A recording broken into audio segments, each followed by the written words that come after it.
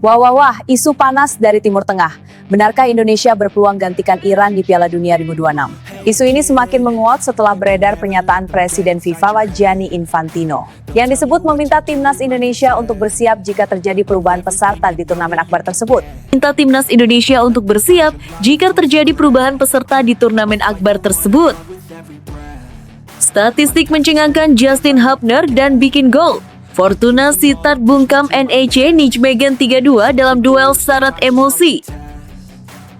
Maarten Paes lebih dipilih dari Emil Audero jelang FIFA Series. Pernyataan John Hertman bikin heboh. Legenda timnas Indonesia ikut buka suara. Simak fakta selengkapnya berikut ini.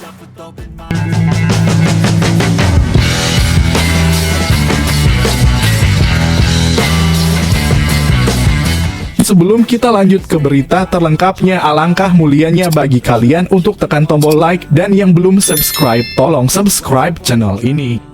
Wah, wah, wah. Isu panas dari Timur Tengah. Benarkah Indonesia berpeluang gantikan Iran di Piala Dunia 2026? Isu ini semakin menguat setelah beredar pernyataan Presiden FIFA Gianni Infantino yang disebut meminta timnas Indonesia untuk bersiap jika terjadi perubahan peserta di turnamen akbar tersebut. Kabar mengejutkan berembus dari dinamika geopolitik Timur Tengah yang disebut-sebut bisa berdampak pada peta persaingan sepak bola dunia. Situasi internal Iran yang dikabarkan tidak kondusif memunculkan spekulasi liar. Timnas Indonesia berpeluang menggantikan Iran di ajang Piala Dunia 2026. Isu ini semakin menguat setelah beredar pernyataan yang dikaitkan dengan Presiden Federation International de Football Association (FIFA) Gianni Infantino yang disebut meminta timnas Indonesia untuk bersiap jika terjadi perubahan peserta di turnamen akbar tersebut. Meski demikian, hingga kini belum ada pengumuman resmi yang benar-benar mengonfirmasi skenario tersebut. Situasi geopolitik memang kerap berdampak pada dunia olahraga. Sepak bola, sebagai olahraga paling populer di dunia, tidak sepenuhnya terlepas dari dinamika politik global. Dalam sejarahnya, beberapa negara pernah menghadapi sanksi atau pembekuan akibat konflik internal maupun persoalan administratif yang dinilai melanggar regulasi FIFA. Spekulasi mengenai Iran muncul karena kondisi dalam negeri yang disebut-sebut sedang tidak stabil. Jika suatu negara dianggap tidak mampu menjamin keamanan, stabilitas, atau memenuhi regulasi internasional, FIFA memiliki kewenangan untuk mengambil langkah tertentu. Namun keputusan seperti itu bukan perkara sederhana dan biasanya melalui proses panjang, termasuk investigasi, komunikasi diplomatik, serta koordinasi dengan konfederasi terkait. Piala Dunia 2026 sendiri akan menjadi edisi bersejarah karena untuk pertama kalinya diikuti oleh 48 negara. Turnamen ini dijadwalkan berlangsung di Amerika Serikat, Kanada, dan Meksiko. Dengan format baru tersebut, peluang negara-negara Asia untuk tampil memang lebih besar dibanding edisi sebelumnya. Namun, setiap slot tetap harus diperoleh melalui jalur kualifikasi resmi. Munculnya nama Indonesia dalam spekulasi ini tentu memantik antusiasme publik sepak bola nasional. Dalam beberapa tahun terakhir, performa timnas Indonesia memang menunjukkan perkembangan signifikan. Pembenahan sistem pembinaan, naturalisasi pemain diaspora, serta konsistensi di level usia muda membuat skuad Garuda semakin diperhitungkan di kawasan Asia. Namun secara regulasi, penggantian peserta Piala Dunia bukanlah proses otomatis.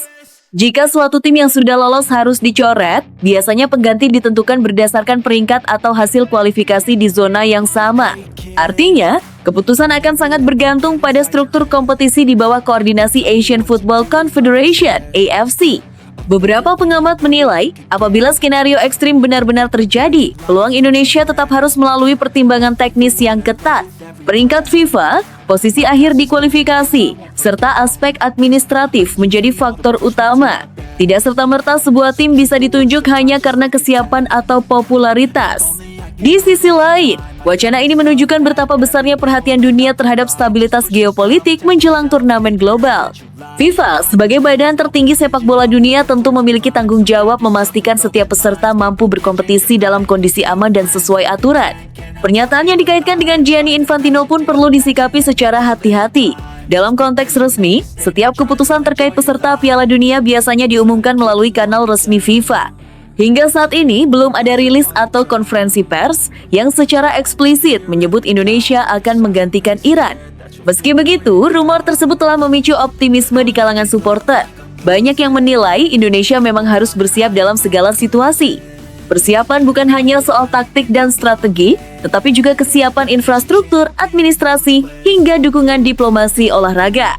Jika melihat perkembangan sepak bola nasional, mimpi tampil di Piala Dunia bukan lagi sekadar angan-angan jangka panjang. Investasi besar di sektor pembinaan serta peningkatan kualitas kompetisi domestik menjadi fondasi penting menuju level tersebut. Dalam dunia sepak bola modern, segala kemungkinan memang bisa terjadi.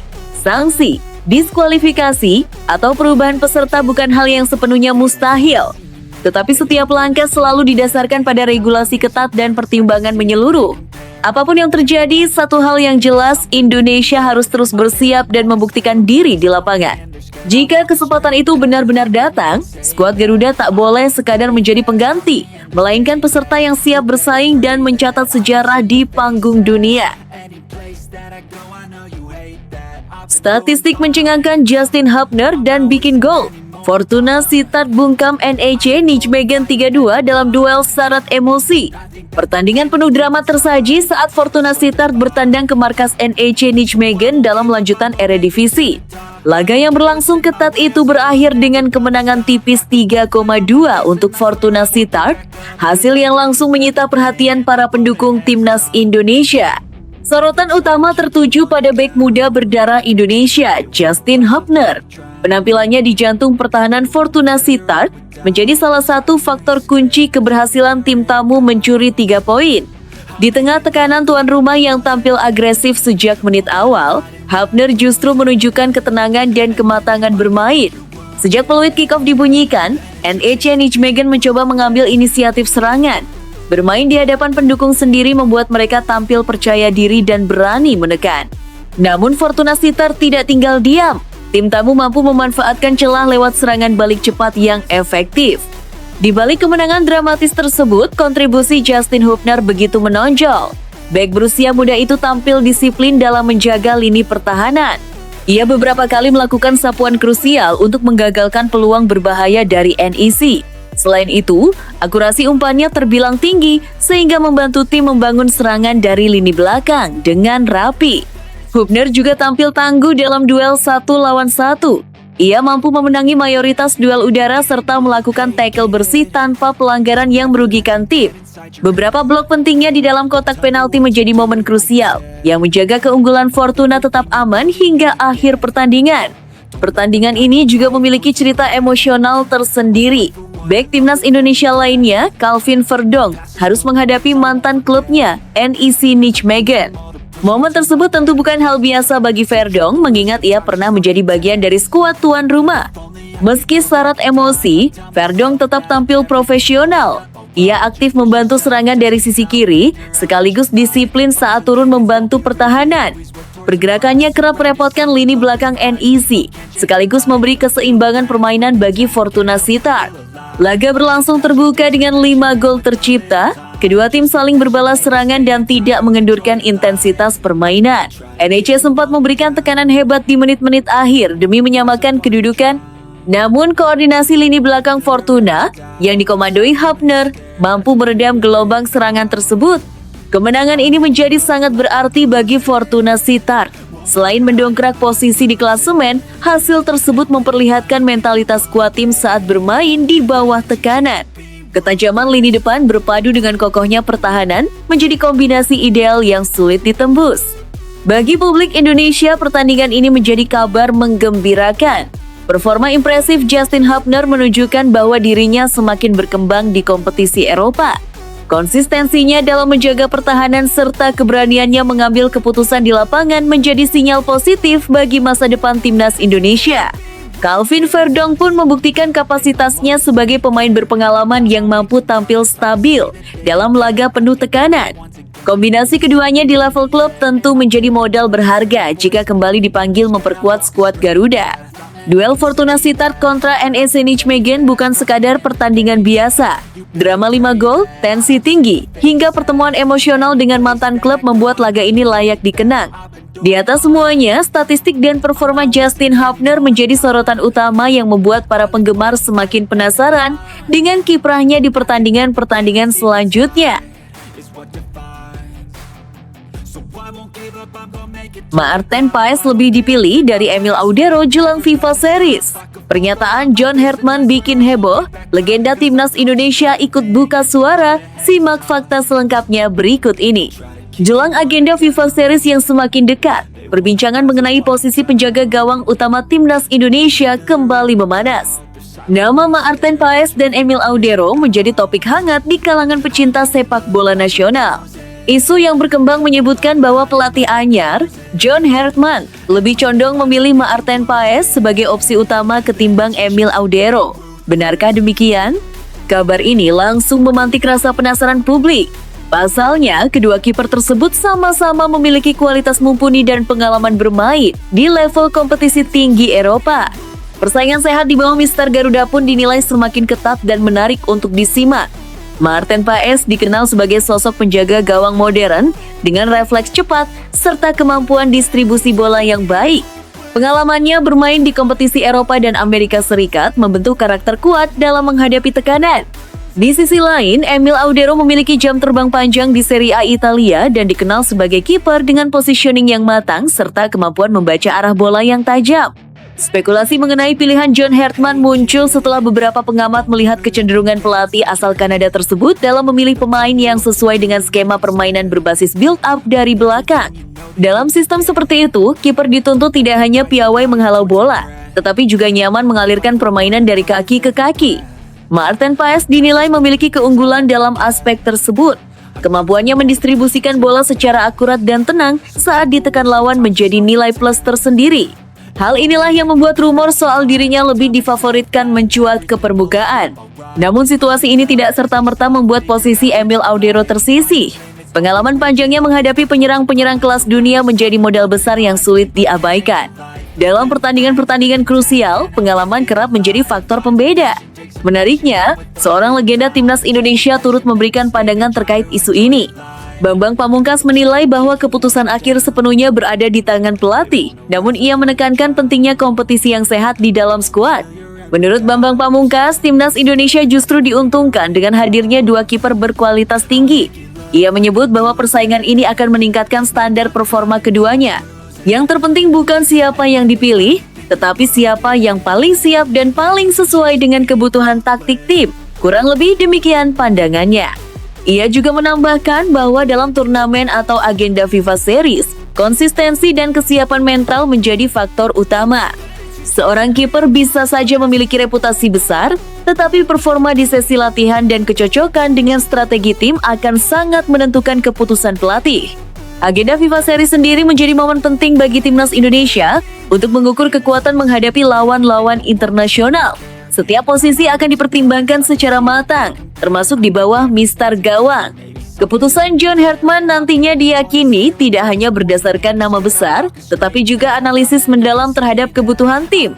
Bagi para pendukung, perdebatan mengenai Maarten Paes atau Emil Audero sebenarnya mencerminkan perkembangan positif sepak bola Indonesia. Dulu, pilihan di posisi kiper mungkin terbatas. Kini, timnas memiliki opsi dengan pengalaman Eropa yang solid. Di media sosial, perdebatan kian ramai. Sebagian pendukung menilai Paes lebih cocok dengan gaya permainan cepat dan agresif. Sementara lainnya berpendapat Audero lebih tenang dan berpengalaman dalam laga bertekanan tinggi. Diskusi tersebut menunjukkan antusiasme besar jelang FIFA Series. Pada akhirnya, keputusan akan diumumkan saat daftar susunan pemain resmi dirilis. Siapapun yang dipilih, tanggung jawab besar menanti untuk menjaga gawang Garuda tetap aman. Yang jelas, persaingan ini menjadi sinyal bahwa kualitas timnas Indonesia semakin meningkat dan mampu bersaing di level internasional. Akankah John Hertman benar-benar menjatuhkan pilihan pada Maarten Paes? Ataukah Emil Audero yang akan dipercaya menjadi tembok terakhir? Jawabannya tinggal menunggu waktu. Yang pasti, sorotan publik akan tertuju pada satu posisi krusial yang bisa menentukan nasib timnas Indonesia di FIFA Series mendatang. Sinyal kuat naturalisasi. Ilyas Alhaf, winger keturunan Solo yang satu tim dengan Arhan Pratama, siap tambah daya ledak timnas? Simak fakta selengkapnya berikut ini. Isu naturalisasi kembali menghangat di jagat sepak bola nasional. Kali ini, nama Ilyas Alhaf mencuri perhatian. Winger lincah berdarah Solo itu disebut-sebut berpeluang besar dinaturalisasi untuk memperkuat timnas Indonesia. Kedekatannya dengan Arhan Pratama, rekan setimnya di Bangkok United, menjadi salah satu faktor yang memantik spekulasi. Bukan sekadar isu tanpa dasar, peluang ini semakin menarik karena performa Al-Haf yang konsisten sebagai winger dengan naluri gol tajam, kecepatan, kelincahan, serta insting mencetak gol yang ia miliki, membuat banyak pengamat menilai ia bisa menjadi solusi atas kebutuhan timnas Indonesia di sektor penyerangan. Kedekatan Al-Haf dan Arhan di level klub menjadi sorotan tersendiri. Bermain dalam satu tim, membuat keduanya sudah memahami karakter masing-masing di lapangan. Chemistry yang terbangun di Bangkok United dinilai bisa menjadi modal berharga jika keduanya berseragam merah putih bersama. Arhan sendiri dikabarkan optimistis bahwa Al-Haf memiliki kualitas untuk membantu timnas tampil lebih tajam. Dalam beberapa kesempatan, lini depan Indonesia memang kerap menjadi bahan evaluasi. Kreativitas sudah mulai terbangun, aliran bola semakin rapi. Namun, efektivitas di sepertiga akhir lapangan masih perlu ditingkatkan. Kehadiran winger dengan feeling gol kuat seperti Al-Haf diyakini mampu memberikan dimensi berbeda. Sebagai pemain yang tumbuh di lingkungan sepak bola Eropa, Al-Haf dikenal memiliki disiplin taktik dan etos kerja tinggi. Ia tidak hanya piawai dalam menyerang, tetapi juga aktif membantu pertahanan saat dibutuhkan. Kemampuannya membaca ruang dan melakukan penetrasi dari sisi sayap membuatnya berbahaya bagi lini belakang lawan. Darah keturunan Solo yang mengalir dalam dirinya pun menjadi nilai emosional tersendiri. Jika proses naturalisasi benar-benar terrealisasi, Al-Haf bukan hanya datang sebagai pemain tambahan, tetapi juga sebagai sosok yang memiliki ikatan dengan Indonesia. Hal ini penting, karena membela tim nasional bukan sekadar soal kemampuan teknis, melainkan juga kebanggaan dan komitmen. Arhan Pratama yang dikenal memiliki semangat juang tinggi, disebut sangat yakin dengan potensi rekannya tersebut. Menurutnya, Al-Haf memiliki ketenangan saat berada di depan gawang dan tidak mudah panik dalam situasi krusial. Karakter seperti inilah yang dibutuhkan timnas saat menghadapi laga-laga ketat di level Asia Tenggara maupun Asia. Secara taktik, Al-Haf bisa dimainkan di berbagai posisi lini depan. Ia nyaman beroperasi sebagai winger kiri maupun kanan, bahkan bisa diplot sebagai penyerang kedua dalam skema tertentu. Fleksibilitas ini tentu menjadi nilai tambah bagi tim pelatih dalam meramu strategi. Meski demikian, proses naturalisasi tentu tidak sesederhana wacana. Ada tahapan administrasi dan regulasi yang harus dipenuhi. Namun jika semua berjalan lancar, kehadiran Al-Haf berpotensi memperkuat kedalaman skuad dan meningkatkan persaingan internal yang sehat. Dukungan supporter pun diprediksi akan mengalir deras jika kabar ini benar-benar menjadi kenyataan. Publik Indonesia selalu menyambut positif pemain keturunan yang menunjukkan komitmen membela Garuda. Apalagi jika pemain tersebut memiliki kualitas yang sudah teruji di level klub. Kini, bola panas berada di tangan federasi dan pihak terkait. Apakah Ilyas Al-Haf akan menjadi nama berikutnya yang resmi mengenakan seragam merah putih? Apakah duetnya dengan Arhan Pratama akan menjadi senjata baru di sisi sayap timnas? Satu hal yang pasti, isu ini telah membangkitkan rasa penasaran dan optimisme. Jika benar terwujud, lini depan timnas Indonesia berpotensi tampil lebih tajam, lebih variatif, dan lebih berbahaya. Dan mungkin saja, dari sisi sayap, harapan baru itu akan lahir membawa Garuda terbang semakin tinggi di kancah internasional.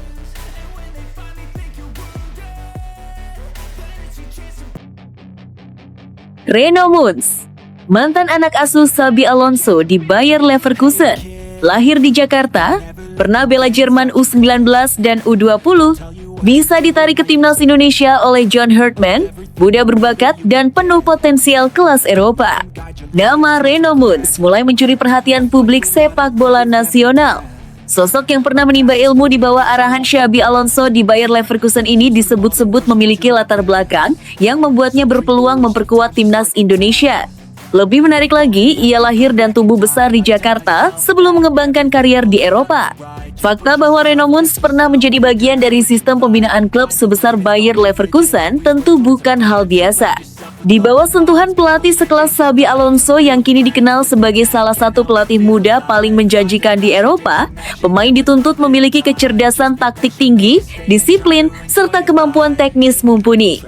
Tak hanya itu, Reno juga pernah memperkuat timnas Jerman di kelompok usia U19 dan U20. Membela negara dengan tradisi sepak bola kuat seperti tim nasional sepak bola Jerman pada level usia tentu menunjukkan kualitasnya tak bisa dipandang sebelah mata. Jerman dikenal selektif dalam proses scouting dan pembinaan pemain muda. Artinya, untuk bisa menembus skuad kelompok umur saja sudah menjadi pencapaian tersendiri. Namun yang membuat kisahnya semakin menarik adalah latar belakangnya yang lahir dan besar di Jakarta. Fakta ini membuka peluang secara emosional dan historis bagi Indonesia untuk mendekatinya. Dalam beberapa tahun terakhir, tren perekrutan pemain diaspora memang semakin gencar dilakukan demi meningkatkan kualitas skuad nasional.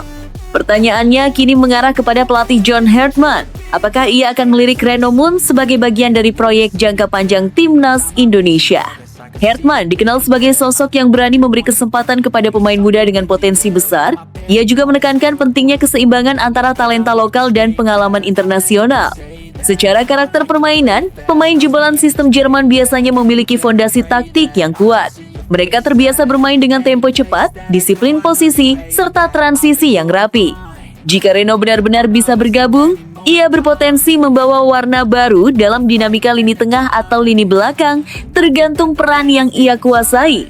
Bagi tim nasional sepak bola Indonesia, kehadiran pemain dengan pengalaman kompetisi Eropa tentu akan menjadi nilai tambah signifikan.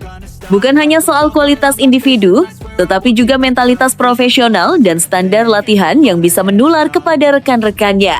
Dalam sepak bola modern, detail kecil seperti intensitas latihan dan kedisiplinan taktik seringkali menjadi pembeda di level internasional. Meski demikian, proses untuk bisa memperkuat Indonesia tentu harus melalui tahapan regulasi yang jelas. Status kewarganegaraan, persyaratan federasi internasional, hingga komitmen pribadi pemain menjadi faktor penentu. Tidak sedikit pemain diaspora yang akhirnya memilih tetap bersama negara tempat mereka berkembang secara profesional. Namun, peluang tetap terbuka. Jika Reno Moon memiliki keterikatan emosional dengan Indonesia dan melihat prospek jangka panjang yang menjanjikan, bukan tidak mungkin ia mempertimbangkan opsi tersebut. Dengan usia yang masih relatif muda, ia bisa menjadi bagian dari fondasi tim untuk beberapa tahun ke depan. Di tengah ambisi Indonesia untuk terus naik level di kancah Asia, kehadiran pemain dengan latar belakang elit seperti ini tentu menggoda. Publik pun mulai bertanya-tanya, apakah Reno Moon akan menjadi kejutan berikutnya dalam proyek pembenahan skuad Garuda? Jika benar terjadi, maka kisahnya akan menjadi cerita unik. Dari Jakarta ke Jerman, diasuh Xabi Alonso di Bayer Leverkusen, membela Jerman U19 dan U20. Lalu kembali ke tanah kelahiran untuk memperkuat Merah Putih. Kini semuanya bergantung pada komunikasi, regulasi, dan visi jangka panjang sang pelatih. Apakah John Hartman akan bergerak cepat sebelum peluang itu lewat begitu saja? Guardiola ogah bahas kudeta Arsenal. Fokus City hanya Newcastle. Persaingan papan atas Liga Inggris 2025,2026 kembali memanas. Arsenal memimpin klasemen dengan 58 poin dari 27 laga, sementara Manchester City menguntit di posisi kedua dengan 53 poin dan baru memainkan 26 pertandingan. Jika menang atas Newcastle United di Etihad Stadium, Sabtu 21/20/2026, City bisa memangkas jarak menjadi 2 poin. Namun, Pep Guardiola memilih tak terpancing membahas peluang menyalip Arsenal. Ia menilai perburuan gelar masih terlalu dini karena kompetisi menyisakan 12 pertandingan. Satu-satunya kekhawatiran saya adalah Newcastle, tegasnya. Guardiola bahkan mengaku tak peduli dengan klasemen saat ini dan menegaskan fokusnya hanya pada laga terdekat. Ia juga mengingatkan bahwa beberapa pekan lalu selisih poin sempat mencapai 9 angka, dengan City masih memiliki 1 laga tunda. Menurutnya, gambaran persaingan baru akan jelas ketika semua tim memainkan jumlah pertandingan yang sama. Selain itu, sekitar 70% skuad City musim ini diisi pemain baru yang belum terbiasa dengan tekanan situasi seperti ini. Menurut Anda, apakah sikap Guardiola realistis atau justru strategi meredam tekanan? Mampukah City benar-benar mengkudeta Arsenal? Bagikan pendapat Anda di kolom komentar.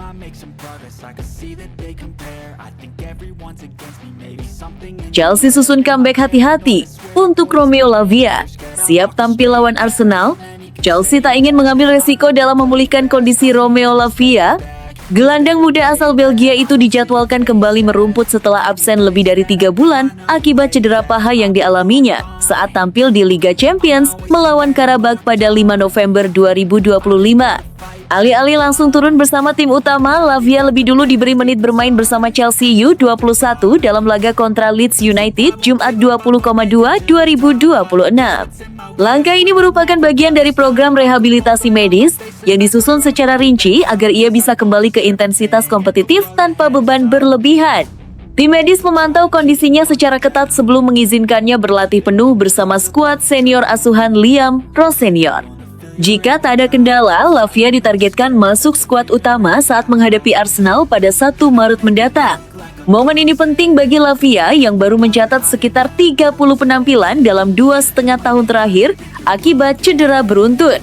Menurut Anda, apakah pendekatan hati-hati Chelsea sudah tepat? Mampukah Lavia menjawab ekspektasi besar saat kembali nanti? Bagikan pendapat Anda di kolom komentar.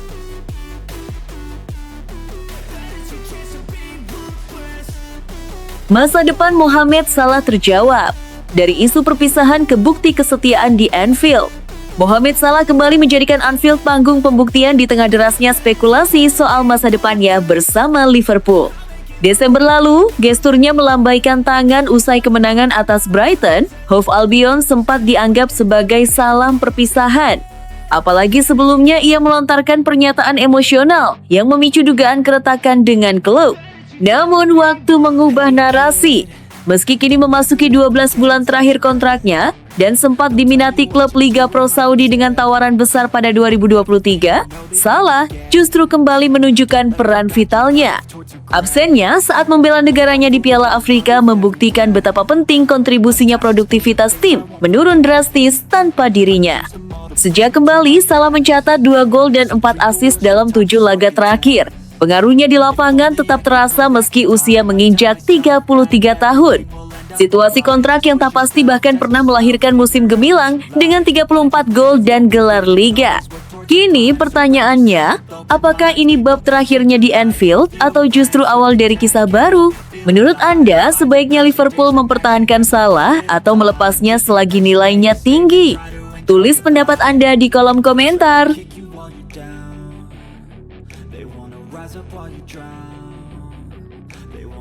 Arne Slot tegaskan masalah bola mati Liverpool sudah beres. Manajer Liverpool Arne Slot optimistis persoalan bola mati timnya kini telah kembali normal setelah menunjukkan perbaikan signifikan dalam beberapa laga terakhir. Sepanjang awal musim, efektivitas bola mati menjadi sorotan.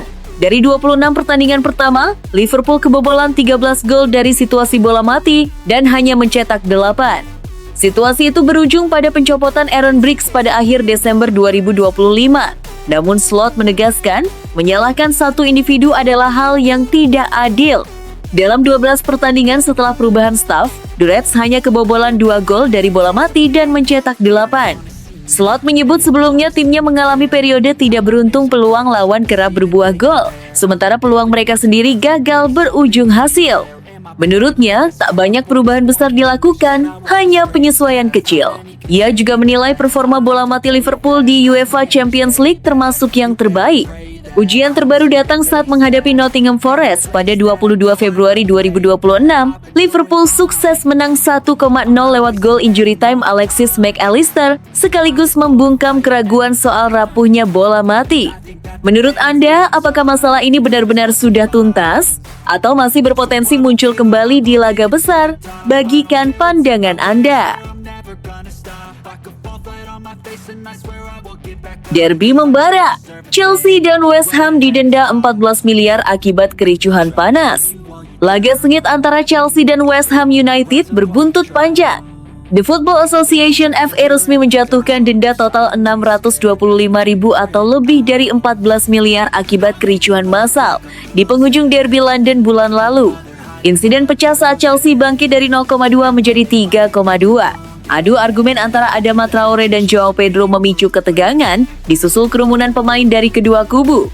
Situasi makin panas hingga Jean-Claire Todibo diganjar kartu merah karena mencekik Joao Pedro. FA menilai kedua klub gagal mengendalikan pemain. Chelsea didenda 325.000 pinggin, lebih besar dari West Ham 300.000 pinggin karena ini pelanggaran ketiga mereka musim ini setelah insiden kontra Aston Villa dan Fulham. Musim 2025-2026 menjadi ujian disiplin bagi The Blues. Total 9 kartu merah sudah dikoleksi, termasuk terbaru untuk Wesley Fofana saat melawan Burnley. Ia pun absen di derby berikutnya kontra Arsenal. Menurut Anda, apakah sanksi ini setimpal? Atau FA perlu bertindak lebih tegas lagi? Sampaikan opini Anda di kolom komentar. Arsenal siap tebus. 45 ping juta, Piero Hincapié segera dipermanenkan dari Leverkusen. Arsenal dikabarkan telah mengambil keputusan tegas untuk mempermanenkan bek asal Ekuador, Piero Hincapié, dari Bayer Leverkusen pada akhir musim 2025-2026. Penampilan solidnya selama masa peminjaman membuat manajemen The Gunners tak ragu berinvestasi besar.